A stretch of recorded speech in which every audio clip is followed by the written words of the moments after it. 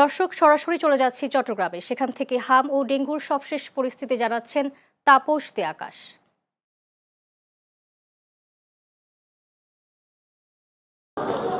আপনাকে ধন্যবাদ।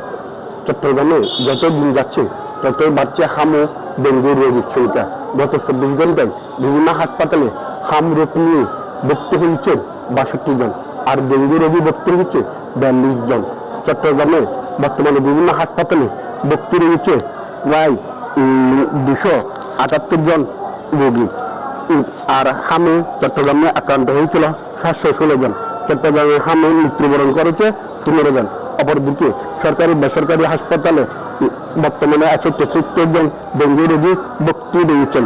চলতি বছরে চট্টগ্রামে 297 জন ডেঙ্গু রোগী আক্রান্ত হয়েছিল, আর সুস্থ হয়ে বাড়ি ছিল 1334 জন। ডেঙ্গুতে চট্টগ্রামে মৃত্যুবরণ করেছে 3 জন।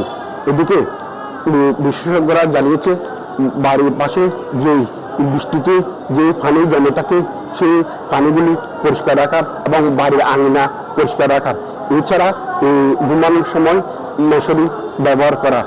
অপরদিকে এই হামের যে রোগীগুলি রয়েছে এবং হামের কোনো উপসর্গ যদি দেখা দেয় সাথে সাথে চিকিৎসকের পরামর্শ নেবার জন্য।